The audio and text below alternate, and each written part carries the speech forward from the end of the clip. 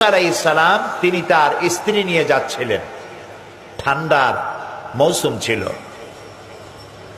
স্ত্রী ছিলেন আসন্ন প্রসবা, গর্ভবতী, ডেলিভারি হবে, কিন্তু এই ঠান্ডার মধ্যে আগুনের প্রয়োজন দেখা দিল।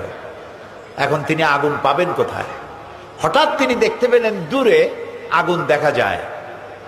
তিনি তখন তার পরিবারকে বললেন, ফাকাল লিআহলিহিম কুসু ইন্নী আনাস্তু নারান লাআল্লি আতিকুম মিনহা বিকাবাসিন আও আজিদু আলান নারি হুদা।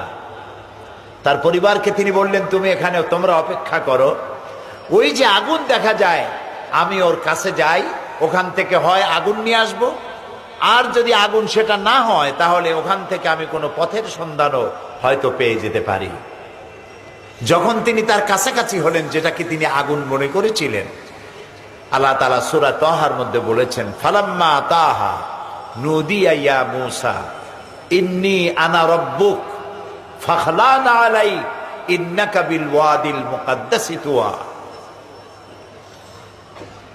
যেটাকে তিনি আগুন মনে করেছিলেন তার ভেতর থেকে আওয়াজ এলো, এটা আগুন টাগুন না, ইন্নী আনা রাব্বুক, আমি তোমার প্রভু, আমি তোমার রব।